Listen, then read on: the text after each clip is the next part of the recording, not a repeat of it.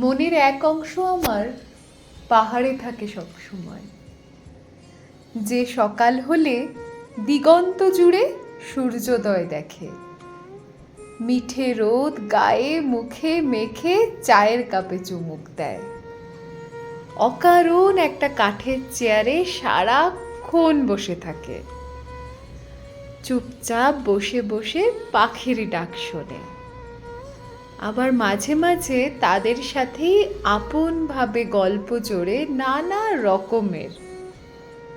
হয়তো কেউ কারোর কথা বোঝে না, তবে অনেকটা নির্ভেজাল বেঁচে থাকার আদান প্রদান হয়।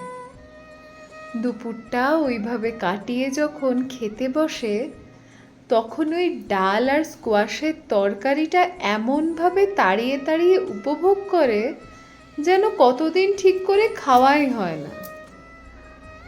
আসলে খিদেটা যত না পেটে মিটেছে, তার থেকে অনেক অনেক বেশি মনের ভিতরে মিটেছে। দুপুরবেলা এক ঘুম দিয়ে কি না দিয়ে আলো থাকতে থাকতে পাহাড়ের রাস্তায় হেঁটে বেড়ায়।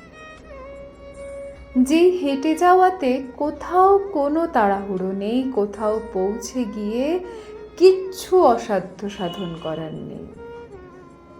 আছে শুধু আদ্যপান্ত একটা জীবন উপভোগ করা, একটা পাহাড়ের রাস্তার ধারে ফুটে ওঠা ফুল গাছগুলোর দিকে অকারণ তাকিয়ে থাকা, আর সেই করতে করতে যখন ঝুপ করে পাহাড়ে সন্ধে নামবে, সেই সূর্যাস্তকে সাক্ষী রেখে নিজের বেঁচে থাকার সার্থকতা বারবার প্রমাণ হবে এই পাহাড়ের বুকে।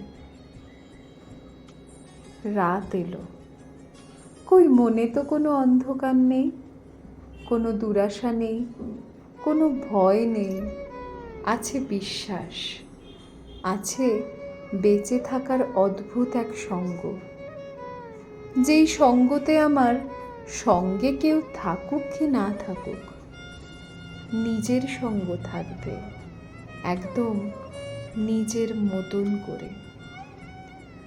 ঝিঝি পোকার ডাক আর দূরের পাহাড়ের আলো গোটা জগৎ যখন আমার ঘিরে ফেলবে, ঠিক সেই সময় জীবন নামক এই মারাত্মক নেশার সাথে কাটাবো আমি রূপকথাতে।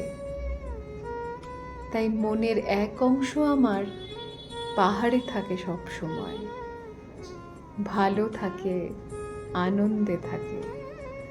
জীবন নামক এই জীবনে মন আমার পাহাড়ে বেঁচে থাকে, ভালো থাকে, আনন্দে থাকে।